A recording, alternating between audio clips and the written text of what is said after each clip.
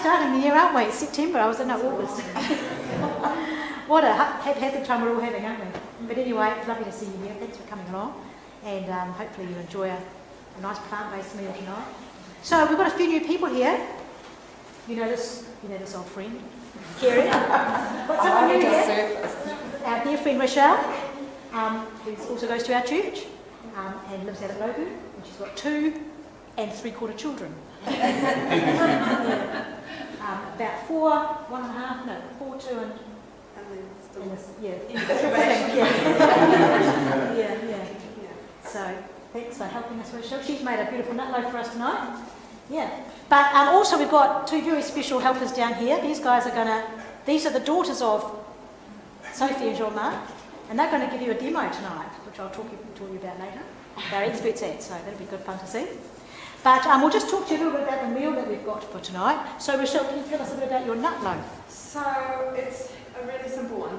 So I know the flyer had said good food takes time, but we thought we'd give you the cheat sheet tonight and give you all the good food that doesn't take too much time, but you can still enjoy. So it's really just bread, walnuts, and some seasoning, and there you go. We've got a nut loaf. On top? With a gravy. There you go. And I've just done Bombay potatoes tonight, which are very simple but loaded with turmeric, some salt, some olive oil, and some sweet chili sauce with some parsley. So the good thing in that is turmeric is a very good anti-inflammatory, so that's one of the pluses. Yeah, not too much oil. Yeah. And some good flavouring. So, yeah. And I just made a couple of salads. One's a coleslaw, and it's got the most unusual dressing using cranberries. Has anyone tried a cranberry dressing before? Okay, so it's not totally foreign to everyone, but I think it's quite nice. It's very different, so that's what that unusual flavour in there is, cranberries. And I've also made a beetroot salad, which is more like a relish. I haven't got a huge amount, but there's just a wee bit there for you to try. Beetroot is so good for you. It's full of... It's actually a superfood, did you know? Plain old beetroot. And often when we've eaten beetroot in the past, it's out of a tin with lots of sugar and vinegar in it. And those 2 things really counter the good in the beetroot. You know, that both of those things are really bad for you. So it's better to have something more simple. And we've just got it in a salad. So I cooked them this morning, took the skin off when they were cold, and then just grated them and tossed them in lemon juice and salt and a little bit of maple syrup. Those who know me me and maple syrup are good mates. I was waiting for the olive oil to sneak in. Oh, no. This one here is oil-free. And that's quite a good thing if you can have, it's good to eat the oil in the avocado or in the nut or in the olive, as opposed to extracting it out. And I struggle with that. I love oil. My grandmother's Italian. Olive oil and me, we go back a long way. So, but it's good to try and use less oil. And certainly that beetroot salad has got, no oil in it, and the coleslaw's only got a very small amount. So I'll be interested to see what you think of that. So we're going to get it ready, put it out, and then John Mark's going to say go for it. Okay. We're back in a tap.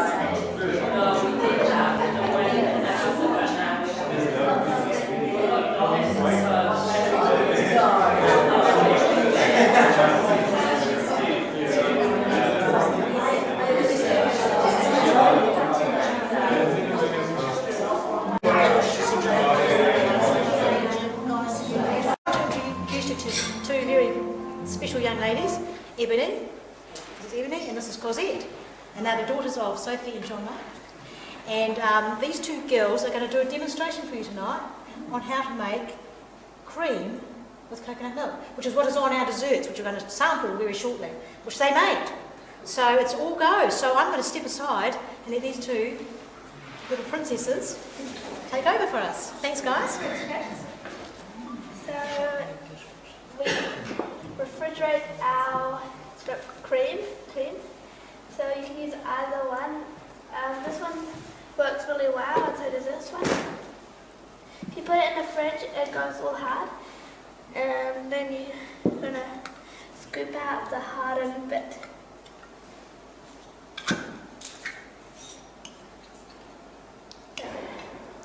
And then scoop it all out into this mixing bowl, and don't get any of the liquid that's in the bottom. You know, some people, what they do is they put a hole in here, 2 holes in here, and just pour out the liquid. And that's it. Yeah.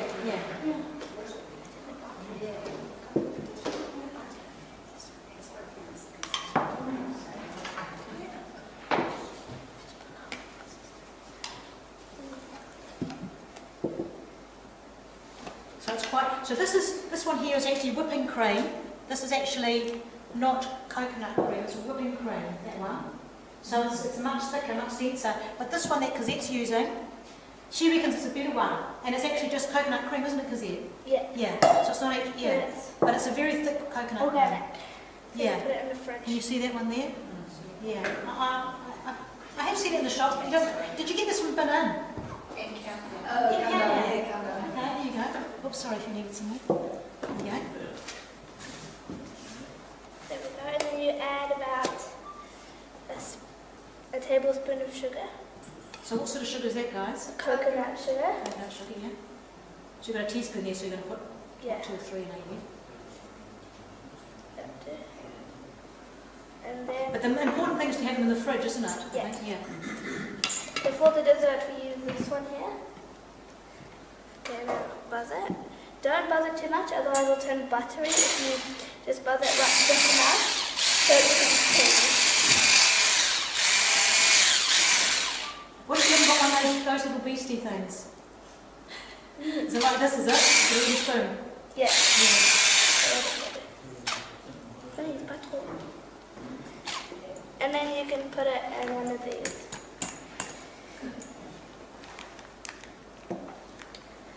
So you hardly beat it at all, right? You have to be careful not to Yeah, so it's overbeat, just because otherwise you've got butter. creamy. So if you want butter, you just go a bit harder. Put it. Butter. Yeah, that wouldn't be a bad idea actually. Yeah.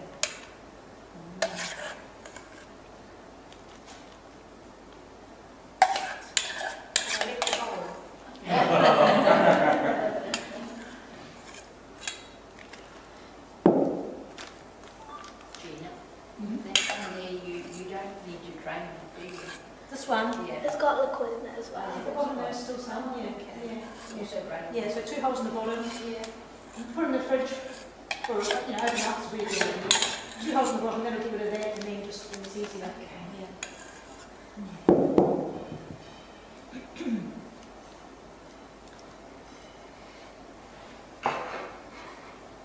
So now for the delicate operation of the delivery of the. And then you can put it on top of the desserts.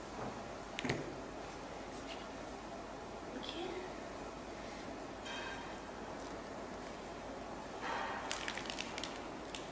Gotta go.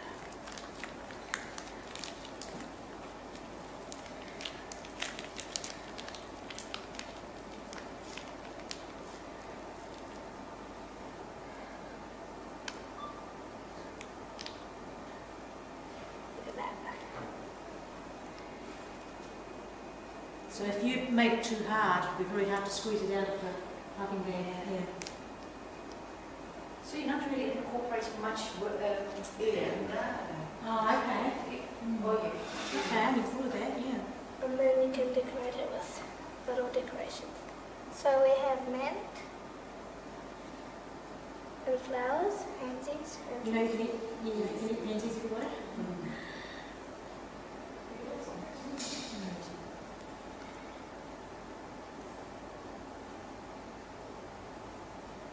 And then, we made hearts out of rice powder, black currant syrup, and maple syrup, and water. And so rice powder is something you can buy in Asian supermarkets. Yeah. It's always starch. Rice starch, okay.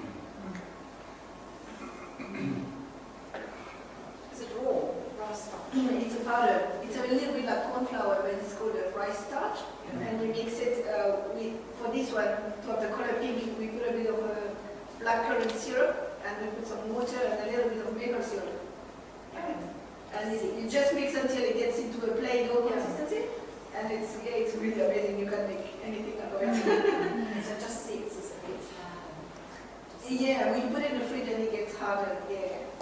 We had, last month we had, at Custom we did it, we made some little pumpkins with that rice. Cute, to go on top of the dessert. The little orange pumpkins with little green stalk. It just looked amazing. Yes, so that's quite cool.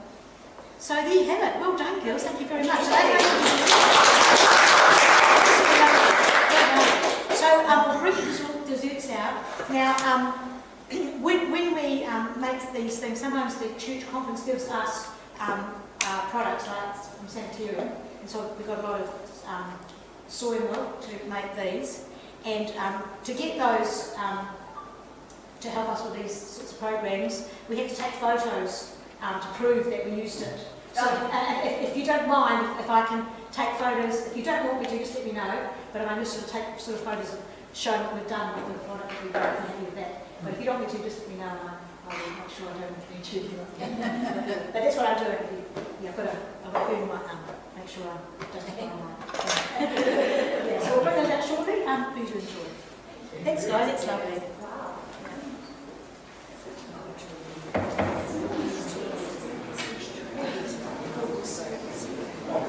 Ladies, that's right.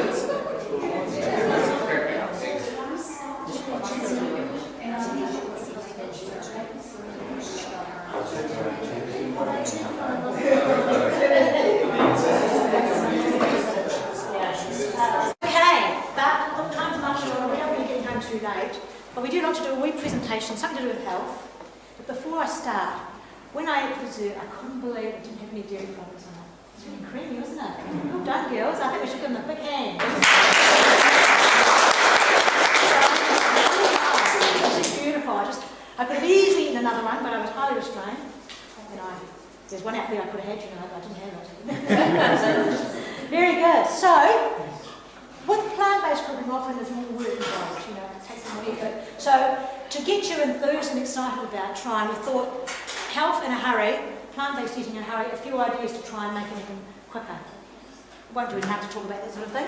So let's just have a wee look at our first slide and give us some clues. So breakfast, everyone tells us it's the most important part of the day, meal of the day. And what I like to have for breakfast is muesli, which I make, which I've got a very simple recipe for, which I wonder if we shouldn't perhaps show that. Might do a demonstration on that one time. Yeah, okay, all right, we can do that. People are nodding. Okay, so I've got this lovely big jar of muesli, and I just, it's got rolled oats and nuts in it, and then I just add a whole lot of fruit in the morning. And the fruit I love to put with it is watermelon. It's so juicy, and I don't need to put any milk with it, and it's just, oh man, it's got a beautiful, nutty, just the right amount of sweet and juicy. Oh, it's just lovely. So, I will do a demonstration on that. It's easy for next time. So that's a really good breakfast. Another thing that's really good for breakfast that's quick is to make birch and muesli. Who's done that? There's a few nods here. There's South Africans in the front here seem to know all about it. For those who don't know, basically it's quick, but you do it the night before. So you've got to be a bit organised.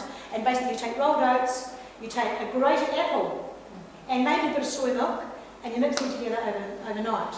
And by the morning, the rolled oats have absorbed all that sort of sweetness and that moisture, and then you just put into it nuts or some dried fruit or something like that, and that's a really good, healthy start to the day. But it doesn't take long, but you just have to be organised like the night before. So that's a really good breakfast as well. Okay, let's have a look. What's the next slide we've got here? Oh, I didn't know that was going to happen. No. So there we are. That muesli, or that birch muesli, had the fresh fruit, the whole grains and the nuts. Easy peasy, not hard. Okay, and often when you buy muesli, often it's stacked with sugar, eh?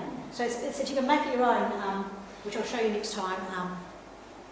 That might be an encouragement for you. So sandwiches can be a really great meal, particularly if you start with good bread. And I've got here some different things to put in your bread: avocado, salsa, beans, hummus, green patties, meatless slices, baked tofu slices.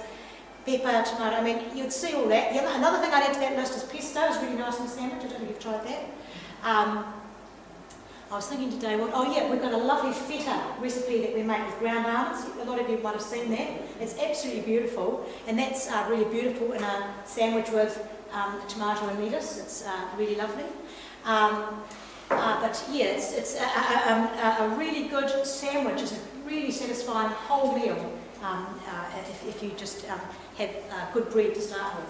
You know, I mean, I think the Vogel's loaves are pretty good. What are people's thoughts on good bread? Where do you find good bread? Make your own. Yeah. Who here makes their own bread?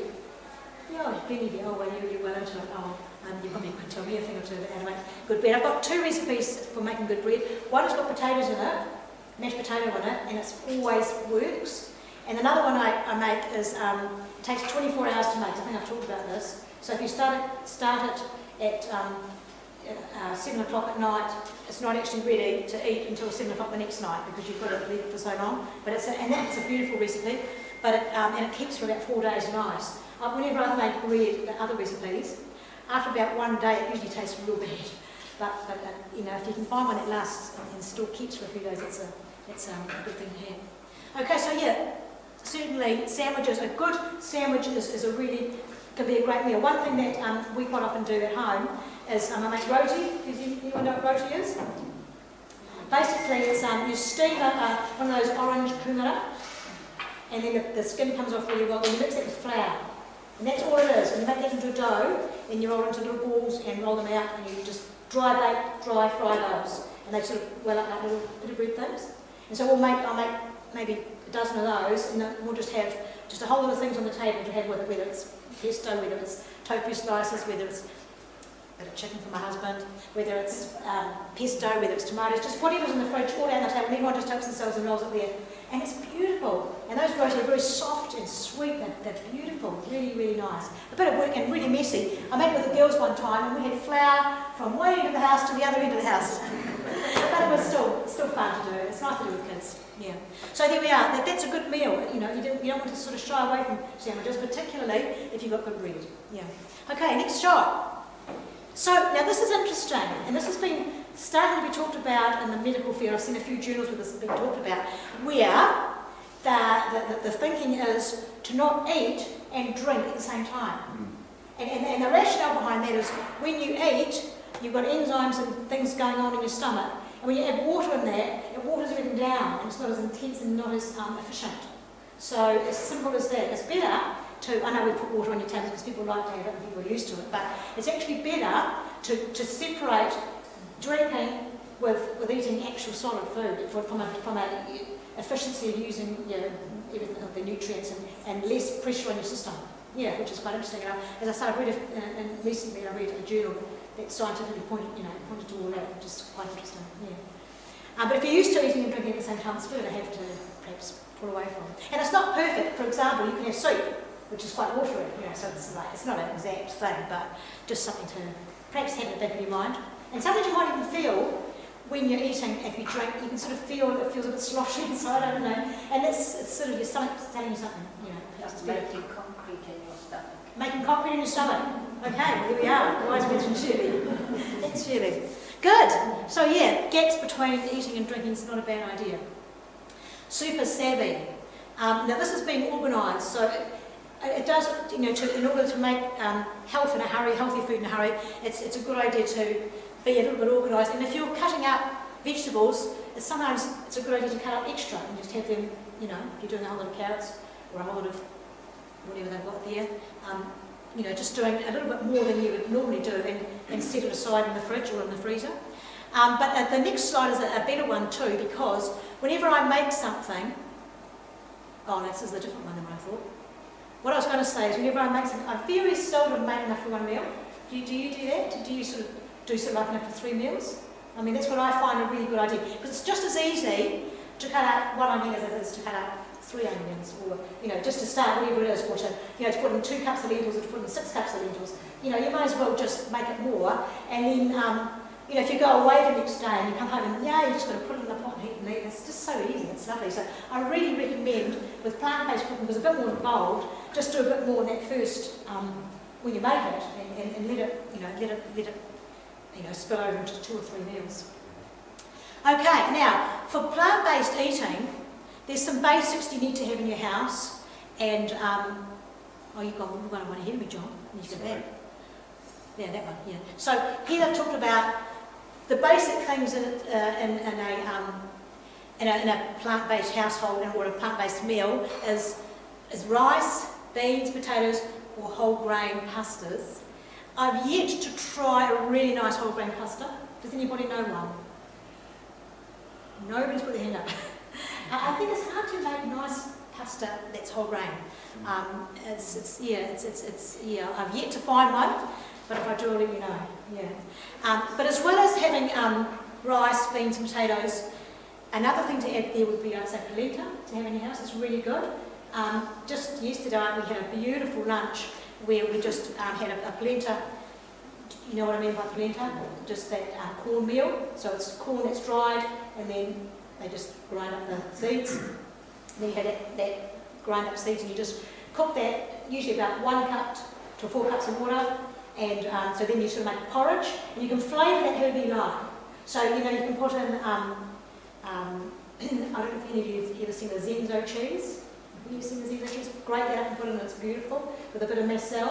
That is really sensational. And what I did yesterday was, I bought some of that bacon. Do you know the one I mean? That was a plant-based one that you see, it's called, not boar bacon or something, is it? It's a little fat. Boar-free.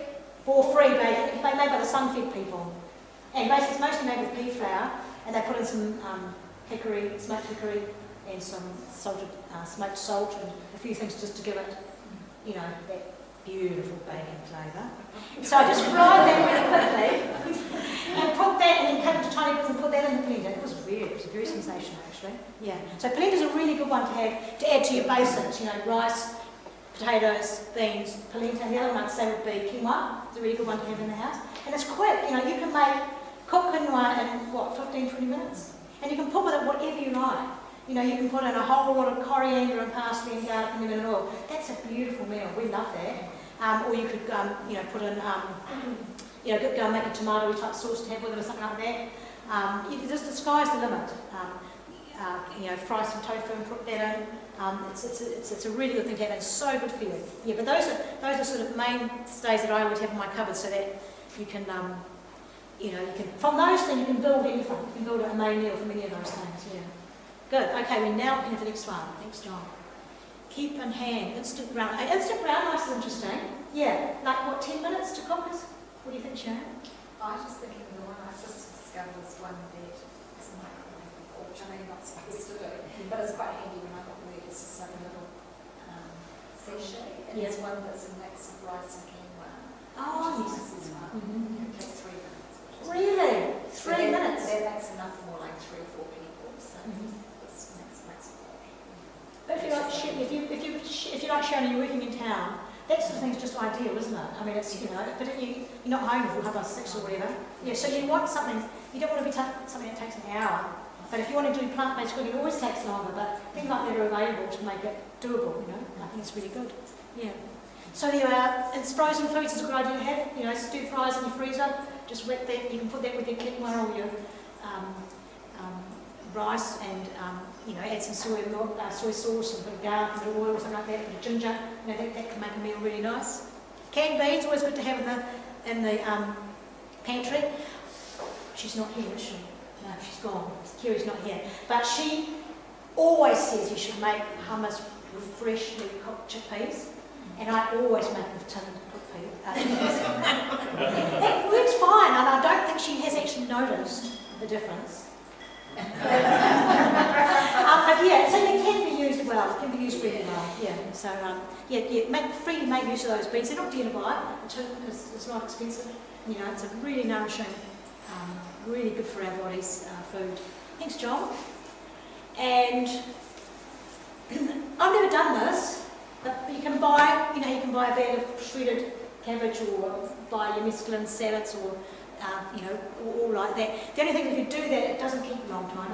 If you buy chemicals on it. What's that? Got chemicals on it. Well, you can't wash it the same, eh? No. Yeah, that's right. Yeah. So, I mean, maybe you could, yeah, it's not something I'd personally recommend, but because it just doesn't keep, so it's not really that efficient. I don't think it's just. I should have deleted this slide, shouldn't I? Okay, very good. So, this is a good thing to do. Like with a salad, sometimes when I've gone to a vegan restaurant or whatever, not a restaurant, vegan, I've gone to a restaurant, and they give you this bowl of really just salad, like leaves, and that's it. And it's like they've got this idea that vegan people don't want starch, but I mean, I love starch, and then you can, it does, there's a huge amount of things you can do to make a salad have more body, okay? Firstly, you can put an avocado in, okay? That's what's going to give it more body. Another thing I like to do is sunflower seeds, and I just put the sunflower seeds, maybe half a cup into the fry pan, no oil or anything, you just dry fry them until they start smelling just unreal. They smell beautiful. Then put them in a plate to cool down. Toss that through your salad. It really gives it more body. You can do the same thing with cashew nuts, but perhaps in the oven rather than in a frying pan. Just very alien things not in your head there, the cashew nuts. Thanks for that, Sharon. So it's really nice to put into a salad, but cool it down before you put it into the salad, obviously, so that it doesn't wilt everything. The little squares of feta, the almond feta that I've talked about, that's really nice to put in a salad. And you can make something. When I go to, as I say, I've gone to restaurants and had a really disappointing. I don't know, just feel starving by the end of the meal. I'm just amazed that they haven't figured out that you can make, even if they put some bread with it, would make it better. I have had some good meals, don't get me wrong, but just occasionally, and I was just recently at a restaurant, and that's what my experience was, and that's why it's still fresh in my mind, I thought, these guys are chefs, they're professionals, and the focus is always on the meat, isn't it, for a lot of chefs. And that's really where the real chefing is. But actually, the real challenge is to make a plant-based meal really beautiful, really tasty. That's a greater challenge, yeah. It's actually quite easy to make a nice tasty meal with meat, I think, myself. Yeah, cooking for my meeting husband. It's way easier to cook for home than it is for me. But you get better at it, you get more streamlined at it than we do. Very good. And I think, it's just who knows a really nice vegan restaurant in Christchurch? Who knows, Mark? Glenda? In Littleton. Littleton. It's called Shroom. Shroom. SC. SC. SCHRON. It's produced. Really? Okay. Sharon and St Albans is Origin. Origin. Which is all plant-based. Yeah. Advertisers there. Everything's vegan. Really? Okay. It's desserts. Okay. Shroom and Origin. There's one in Lincoln Road. Well, I don't know what the name is. Oh, okay. Right. Okay. Because I'd love to be recommended one because I want to shout a friend out and I want to take it to a nice one. And I want to be recommended by someone rather than just Googling it and look at the pictures and producing it. What's that? Duck's Dine. Duck's Dine. Is it? You want to go something nice? Yeah. That's on Lincoln Road, Yeah, but they do fish. They do, yeah, but there's a whole Yeah, that's it. Yeah. But has they closed or something? Is it Ducks Delight? That wasn't it. Oh, okay. Yeah. So Ducks Dine is It's just called Ducks Duck's Dine. Dine. Ah, okay. And it's in the Rickerton Road. Yeah. I know, on the right you're going. It's by the railway line. Yeah, I know. Just in the Oh, voice. yeah, okay. Righto, that's good to know. Well, I could try that. Or Shroom, or what was the other one? Origin. Origin. That's only for lunch. Oh, I always ask for baked vegetables, and they're beautiful, always. okay. Yeah, they can make it nice. Multi Yeah. baked vegetables. Okay, that's good. Yeah, with a bit of flavouring with it. Yeah. It's, Yeah. olive oil and Yeah. some balsamic vinegar. Yeah, okay, yeah. Okay. Well, that's good. Well, so yes, so in closing, I just want to really encourage you to appreciate the amazing machine that we live in. It's the most sophisticated technology on the planet. Particularly if you look at our brain, there's just nothing that comes anywhere near it. And I really want to encourage you to be thankful for it and to look after it. because this amazing thing that we've been given, because it's so special and so incredibly well crafted together, it must mean that the guy who made us must really be us. So, anyone got any thoughts, any questions I'd like to discuss about how to make food in a hurry, vegan food in a hurry, and making it happen? Olive oil with balsamic vinegar is amazing. Oh, okay. I know.